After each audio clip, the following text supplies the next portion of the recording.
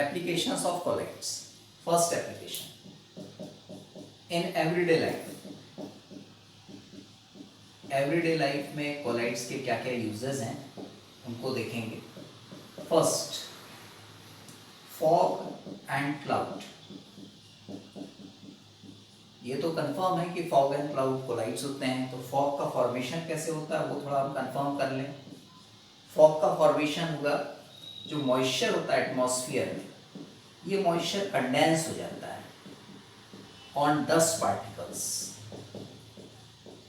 Dust particles पर ये condense होता है मॉइस्चर, एंड कंडेंस होने के बाद ये कोलाइडल पार्टिकल्स का फॉर्मेशन करता है. और ये जो कोलाइडल पार्टिकल्स हैं वो एयर में फ्लोट करते हैं कंटिन्यूसली, तो उसी को हम बोलते हैं फॉग. इस फॉग में यदि मान लीजिए स्मोक मिक्स हो जाए तो वो हमारा स्मॉग हो जाता है, जो आपने 11th क्लास में पढ़ा था. ठीक वैसे क्लाउड्स. क्लाउड्स का फॉर्मेशन कैसे होगा? क्लाउड्स बेसिकली एरोसॉल होते हैं, एंड ये जो एरोसॉल है, इस एरोसॉल में वाटर ड्रॉपलेट्स, जितने भी वाटर ड्रॉपलेट्स हैं, ये सारे के सारे वाटर ड्रॉपलेट्स एयर में डिस्पर्स हो जाते हैं, एंड एयर में डिस्पर्स होने के बाद ये एक एरोसॉल का फॉर्मेशन करते हैं. तो इसी को हम बोलते हैं क्लाउड. एंड ये जो वाटर ड्रॉपलेट्स हैं, इनके ऊपर चार्ज होता है, या तो पॉजिटिव चार्ज होगा या फिर नेगेटिव चार्ज होगा. मतलब क्लाउड कभी पॉजिटिवली चार्ज होंगे तो क्लाउड कभी नेगेटिवली चार्ज होंगे, एंड अपोजिटली चार्ज वाले क्लाउड जब एक दूसरे से कोलाइड करेंगे, टकराएंगे, तब रेन का फॉर्मेशन होगा. तो इस टाइप से क्लाउड में भी कोलाइड्स का यूज हो रहा है. फिर आते हैं नेक्स्ट सेकंड एप्लीकेशन पर, in artificial rain. Artificial rain में कोलाइड्स का कैसे हम यूज करते हैं? सपोज मान लीजिए कोई हमारे पास क्लाउड है, इमेजिन करें क्लाउड है, एंड क्लाउड के ऊपर यदि मान लीजिए हमने NaCl को डाल दिया है, या फिर AgI को हमने डाल दिया है, सिल्वर आयोडाइड. तो ये जो NaCl है, ये क्लाउड के पॉजिटिव और नेगेटिव चार्ज को न्यूट्रलाइज करेगा, कोएगुलेशन प्रोसेस होगी. सिमिलरली AgI भी क्लाउड के पॉजिटिव और नेगेटिव चार्ज को न्यूट्रलाइज करेगा, कोएगुलेशन प्रोसेस होगी. और कोएगुलेशन प्रोसेस के बाद जितने भी वाटर ड्रॉपलेट्स हैं, ये कोलाइज हो जाएंगे, बड़े बड़े पार्टिकल बनाएंगे, और वो बड़े बड़े पार्टिकल नीचे आ जाएंगे रेन के फॉर्म में. तो इस टाइप से ये आर्टिफिशियल रेन फॉर्म होती है. मतलब ये NaCl और AgI हमें ऊपर से थ्रो करना होगा, क्लाउड के ऊपर से. फिर आते हैं नेक्स्ट एप्लीकेशन पर इन एवरीडे लाइफ में, ब्लड. ब्लड आपको पता ही है, blood is a colloidal solution. ये कोलाइडल सोल्यूशन होता है ब्लड, एंड ब्लड में नेगेटिवली चार्ज कोलाइडल पार्टिकल्स होते हैं इन ब्लड. एंड ब्लड में mainly negatively charge colloidal particles होते हैं, और इनको न्यूट्रलाइज करने के लिए हम पॉजिटिव पार्टिकल का यूज करें. अब नेगेटिव पार्टिकल को पॉजिटिव पार्टिकल से न्यूट्रलाइज क्यों करना है? सपोज मान लीजिए कहीं ब्लीडिंग हो रही है, कहीं से खून निकल रहा है, तो उसको हम क्या करेंगे? न्यूट्रलाइज करते हैं FeCl3 की मदद से. FeCl3, इसमें Fe3+ आयन होता है, ये पॉजिटिव आयन है, एंड ये Fe3+ आयन इस नेगेटिव चार्ज को क्या करेगा? न्यूट्रलाइज करेगा, एंड वहाँ पे ब्लड कोएगुलेट हो जाएगा एंड क्लॉट हो जाएगा. सेम वैसे ही हम पोटाश एलम का भी यूज कर सकते हैं. Potash alum formula K2SO4 dot Al2SO4 whole thrice dot 24H2O, potash alum. अब देखिए पोटाश एलम में हमारे 3 आयंस हैं, first K+, second SO4 2-, third Al3+. ये 3 आयंस हैं, नेगेटिवली चार्ज ब्लड पार्टिकल्स, इनको हमें न्यूट्रलाइज करना है. तो जो पॉजिटिव आयन है वही रिस्पॉन्सिबल होंगे. तो पॉजिटिव आयन हमारे 2 हैं, K+ एंड Al3+. इसमें भी हार्डिशुज रूल अप्लाई होगा. According to Hardy Schulze rule valency increase होती है तो कोएगुलेशन पावर भी इंक्रीज होगी. तो पोटाश एलम का Al3+ आयन ये रिस्पॉन्सिबल होगा फॉर कोएगुलेशन, और जैसे ही कोएगुलेशन होगा ब्लड की ब्लीडिंग स्टॉप हो जाएगी, ब्लड क्लॉट हो जाएगा. सो इस तरह से ये थर्ड हमारा ब्लड में था. फिर आते हैं फोर्थ एप्लीकेशन, डेल्टा फॉर्मेशन. ये नाम शायद सुना होगा आपने, delta formation. Delta formation actually जब रिवर सी में मिक्स होती है तब डेल्टा का फॉर्मेशन होता है. मान लीजिए ये सी है, सी वाटर है, एंड इस सी वाटर में रिवर आ रही है. रिवर का फॉल हो रहा है। रिवर में बहुत सारे पार्टिकल्स होते हैं, सैंड पार्टिकल्स होते हैं, क्ले पार्टिकल्स होते हैं, है ना, तो ये सॉइल पार्टिकल्स होते हैं, ये ऑल पार्टिकल्स नेगेटिवली चार्ज होते हैं। एंड ये जो नेगेटिवली चार्ज पार्टिकल्स हैं, इनको न्यूट्रलाइज करने के लिए जो सी वाटर के अंदर जो सॉल्ट्स होते हैं, सॉल्ट्स के जो पॉजिटिव पार्टिकल्स हैं, ये पॉजिटिव पार्टिकल्स को न्यूट्रलाइज करेंगे।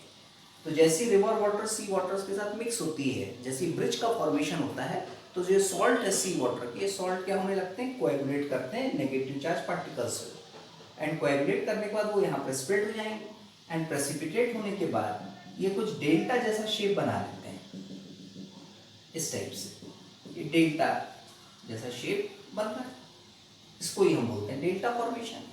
कभी कभी ये क्वेश्चन भी आता है कि डेल्टा फॉर्मेशन में कौन सी कोलाइडल प्रॉपर्टी यूज होती है, तो बताना है यहाँ पे कोएगुलेशन प्रॉपर्टी यूज होती है। उससे रिलेटेड कौन सा रूल है, तो हार्डी-शोज रूल है। इस तरह से आप बता सकते हैं डेल्टा फॉर्मेशन। फिर कुछ फूड आर्टिकल्स ले लें।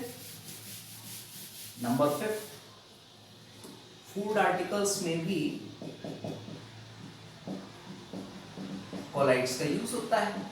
अब फूड आर्टिकल्स कौन से, लाइक मिल्क, हम रोज यूज करते हैं मिल्क का, it is a colloid. Emulsion होता है ये, क्रीम, ये भी फूड आर्टिकल है। आइसक्रीम लगभग सभी लोग खाते ही हैं, ये भी कोलाइड्स हैं। हलवा, ये भी हमारा कोलाइड है। तो ये सारे हमारे फूड आर्टिकल्स कोलाइडल नेचर के होते हैं। फिर और एक ले लें, number 6, cleansing action of soap. Soap का क्लिंजिंग एक्शन ये हमने पढ़ा हुआ है सरफेस केमिस्ट्री में। CMC कॉन्सेंट्रेशन हम यूज करते हैं, critical micelle concentration.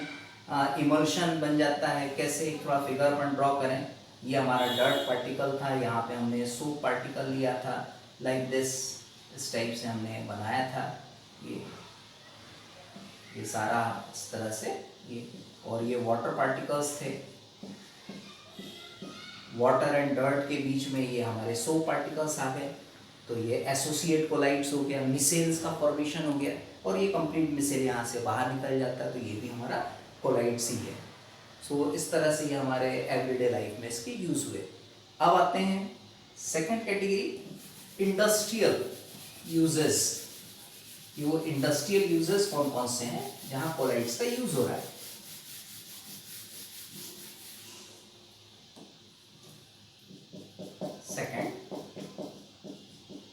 Industrial applications.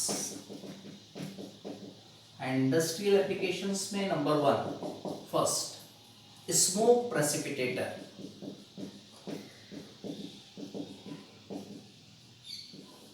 नाम से क्लियर है, स्मोक को ये प्रेसिपिटेट करता है।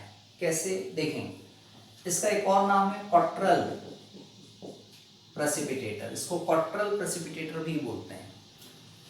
ये नॉर्मली चिमनीज में लगता है, बड़ी बड़ी फैक्ट्रीज की चिमनीज में। डायग्राम कुछ हम इस तरह से बनाए इसका।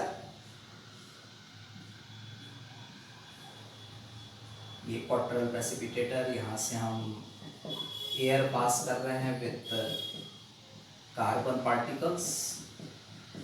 इसमें कार्बन पार्टिकल्स हैं, एयर, और यहाँ मेटल प्लेट लगी हुई है, बहुत सारी, सेवरल मेटल प्लेट्स ये लगी हैं, एंड ये पॉजिटिवली प्लेट है। पूरा कंटेनर नेगेटिव प्लेट के फॉर्म में वर्क कर रहा है। यहाँ हमने इसको ऊपर से पैक कर दिया है, और एक आउटलेट हमने यहाँ बाहर निकालना है। यहाँ से ये जो आउटलेट है, विदाउट कार्बन पार्टिकल एयर यहाँ से बाहर निकलेगी। प्रोसेस देखें, प्रोसेस किस तरह से होती है। कोलाइडल सोल्यूशन है, कार्बन पार्टिकल्स एंड एयर का smoke. Carbon particles negatively charge particles होते हैं, एंड ये नेगेटिवली चार्ज पार्टिकल जैसे ही हमारे इस प्लेट से टकराएंगे, प्लेट है पॉजिटिवली चार्ज, तो यहाँ पर इलेक्ट्रोफोरेसिस प्रोसेस होगी। कभी कभी ये पूछा जाता है कि स्मोक प्रेसिपिटेटर किस प्रिंसिपल पर बेस्ड है, तो बताएंगे इलेक्ट्रोफोरेसिस प्रोसेस पर बेस्ड है, जो बाद में प्रेसिपिटेट बना देता है, कोएगुलेट कर देता है। तो ये जितना भी कार्बन पार्टिकल्स है, सारा कार्बन पार्टिकल्स यहाँ पर न्यूट्रलाइज होगा। कुछ पार्टिकल यहाँ न्यूट्रलाइज होगा, कुछ यहाँ, मान ली यहाँ नहीं हुआ तो यहाँ कहीं ना कहीं तो न्यूट्रलाइज हो गई, और सारा कार्बन पार्टिकल यहाँ पर जमा हो जाता है प्रेसिपिटेट के फॉर्म में। एयर विदाउट कार्बन पार्टिकल यहाँ से बाहर निकल जाती है। तो इस टाइप से ये हमारा स्मोक प्रेसिपिटेटर है, जिसको हम क्वार्टरल प्रेसिपिटेटर भी बोलते हैं। फिर आते हैं नेक्स्ट ड्रिंकिंग वाटर फॉर्म करने में। In the purification of drinking water, second application, purification of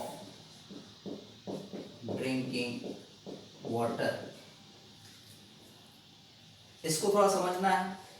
best एक कंटेनर ले लें, इसमें हमने वाटर फिल कर दिया है, इम्प्योर वाटर, और इस इम्प्योर वाटर में बहुत सारे इम्प्योरिटीज़ हैं, एंड ये सारे इम्प्योरिटीज़ नेगेटिवली चार्ज्ड हैं। ये नेगेटिवली चार्ज इम्प्योरिटीज़ को रिमूव करने के लिए हम इसमें एलम का यूज़ करते हैं। Alum potash alum, formula K2SO4 .Al2SO4 whole thrice .24H2। ये जो एलम है जैसे ही वाटर के अंदर जाएगा तो 3 आयंस में ब्रेक हो जाता है। 3 ions K plus SO4 2 minus Al3 plus. SO4 2 minus negative particle है, तो SO4 2 माइनस का कोई यूज नहीं होगा, इसको हटा देते हैं। सिर्फ 2 आयन बचते हैं हमारे K plus and Al3 plus. Al3 plus इसकी वैलेंसी ज़्यादा है, तो Al3 प्लस ये इफेक्टिव होगा, एंड ये जितने भी नेगेटिव इम्प्योरिटीज़ हैं इनको ये न्यूट्रलाइज करेगा। एंड नेगेटिव इम्प्योरिटीज जैसे से न्यूट्रलाइज हो गई वैसे ये पार्टिकल कोएलाइज हो जाएंगे। कोएलाइज होने के बाद बड़े बड़े पार्टिकल के फॉर्म में नीचे सेटल हो जाएंगे। तो यहाँ ये पूरी इम्प्योरिटीज नीचे सेटल हो जाएगी, प्योर वाटर आपका ऊपर रह जाएगा। हम इस वाटर को डिकेंट कर लेंगे, बाहर निकाल लेंगे, इम्प्योरिटीज यहीं छूट जाएगी। इस टाइप से ये प्योर वाटर हमने फॉर्म किया है। नेक्स्ट एप्लीकेशन पर आए। इन मेडिसिन्स में भी इसका यूज होता है। मेडिसिन्स कौन सी, लाइक आर्गेरॉल, एक्चुअली ये सिल्वर सॉल्ट है, इसका यूज आई लोशन में होता है। आँख की दवा बनाने में इसका यूज होगा। ठीक वैसे कोलाइडल एंटीमनी, इसका यूज होता है कालाजार में। कालाजार एक डिजीज है, जानते ही आप। ठीक वैसे कोलाइडल गोल्ड, ये भी एक हमारे पास मेडिसिन है जिसका यूज इंट्रा मस्कुलर इंजेक्शंस बनाने में होता है। एक और ले लें, milk of magnesia, and milk of magnesia इसका यूज एंटासिड्स के फॉर्म में होता है। मिल्क ऑफ मैग्नीशिया एक तरह का इमल्शन है, सो एंटासिड्स के फॉर्म में यूज। सो ये कुछ हमारी मेडिसिन्स हैं जो डेली लाइफ में हम यूज़ करते हैं। और मेडिसिन चूँकि इंडस्ट्री में बनती है इसलिए इंडस्ट्रियल एप्लीकेशन के अंदर हम बोल सकते हैं मेडिसिन्स को।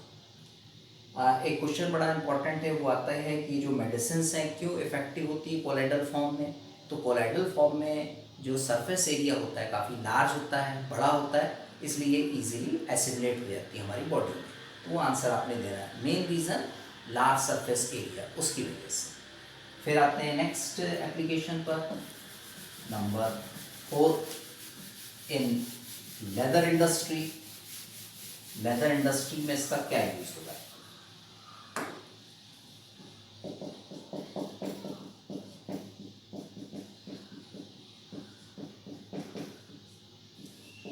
लेदर इंडस्ट्री में एक प्रोसेस होती है टेनिंग प्रोसेस। टेनिंग से मीनिंग है ये लेदर को हार्ड बनाने का काम करता है, उसको हम बोलते हैं tending process. And tending process में दो चीज़ों की हमें ज़रूरत पड़ती है, एक होता है टेनिन और एक होता है एनिमल हाइट। ये जो टेनिन है ये नेगेटिवली चार्ज कोलाइडल सोल्यूशन होता है, एनिमल हाइट जो होता है ये पॉजिटिवली चार्ज कोलाइडल सोल्यूशन होता है। टेनिन क्या है? तो टेनिन जो होता है ये एक तरह का मिक्सचर है, mixture of acid derivatives, acid derivatives का मिक्सचर होता है। एंड ये हमें फॉर्म होता है बार्क से, bark of oak tree, oak tree के बार्क से ये हमको मिलता है कौन, tannin. Negatively charge mixture of acid derivatives, acid derivatives polyhydroxy benzoic acid, उसके डेरिवेटिव से ये फॉर्म होता है। एनिमल हाइट जानते ही हैं, जानवर की खाल, पॉजिटिवली चार्ज कोलाइडल सोल्यूशन है। इन दोनों को जब हम एक दूसरे के साथ मिक्स करते हैं तो म्यूचुअल कोएगुलेशन हो जाता है। एंड म्यूचुअल कोएगुलेशन से ये नेगेटिव चार्ज पॉजिटिव चार्ज एक दूसरे को न्यूट्रलाइज करता है। एंड ये जो टैनिन है एनिमल हाइट के ऊपर अच्छे से सेट हो जाता है। और अच्छे सेट होने के बाद ये जो एनिमल हाइट है ये हार्ड होने लगता है। This process called tanning process. और टैनिंग के बाद जो लेदर बनता है उस लेदर के हम बहुत सारे आर्टिकल्स बना सकते हैं। तो इस तरह से ये लेदर इंडस्ट्री में इसका यूज है। एक और रबर इंडस्ट्री, रबर इंडस्ट्री में कोलाइड्स का क्या यूज है। तो रबर आपको पता ही होगा कि ये रबर ट्री से मिलता है, रबर ट्री, रबर ट्री शायद देखा होगा आपने। एंड ये जो रबर ट्री होता है उसमें जो ट्रंक होता है, उस ट्रंक को जब हम काटते हैं तो एक मिल्क लाइक सब्सटेंस बाहर निकलता है। उस मिल्क लाइक सब्सटेंस को हम बोलते हैं लेटेक्स। एंड ये जो लेटेक्स है इसमें 30 to 40% रबर होता है। बाकी फिर रिमेनिंग वाटर है, फिर कुछ प्रोटीन्स भी होता है, बट मेनली 30% रबर इसके अंदर होता है। एंड ये जो रबर है ये नेगेटिवली चार्ज कोलाइडल पार्टिकल्स होता है। और इसमें भी हम कोएगुलेशन प्रोसेस अप्लाई करें तो जितना भी नेगेटिवली चार्ज है न्यूट्रलाइज हो जाएगा, हमें रबर यहाँ से मिल जाएगा प्रेसिपिटेट के फॉर्म में। तो इस तरह से हम रबर इंडस्ट्रीज़ में भी इसका यूज़ कर सकते हैं। और जो रबर मिला उस रबर का यूज़ हम दूसरे आर्टिकल्स बनाने में भी कर सकते हैं। तो ये सब हमारे एप्लीकेशंस थे। इंडस्ट्रियल एप्लीकेशन 5 एप्लीकेशंस देखे अपन ने। इसके पहले देखा था इन एवरीडे लाइफ, उसमें भी हमने देखा। तो ये सारे एप्लीकेशन। Thank you.